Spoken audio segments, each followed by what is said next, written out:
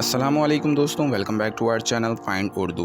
Peril peril का मतलब है ख़तरा या डेंजर, जो अक्सर किसी शख्स या चीज़ को नुकसान पहुंचाने का सबब बन सकता है।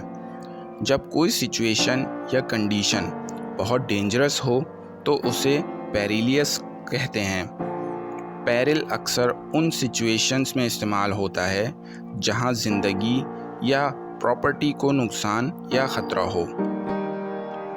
एग्ज़ाम्पल, उसे जंगल में चलने पर बहुत से पैरिल का सामना करना पड़ा, जैसे जानवरों का ख़तरा और अंधेरे का डर। The travellers faced many perils during their journey through the desert. सफ़र करने वालों को सहरा के सफ़र में बहुत से ख़तरों का सामना करना पड़ा। पैरिल का मतलब है कोई सीरियस ख़तरा या डेंजर जो ज़िंदगी या माल को नुकसान पहुंचा सकता है। तो दोस्तों, ये था पैरिल लफ्ज़ का मतलब। उम्मीद है अब आपको समझ में आ गया होगा। मिलते हैं नेक्स्ट वीडियो में। शुक्रिया।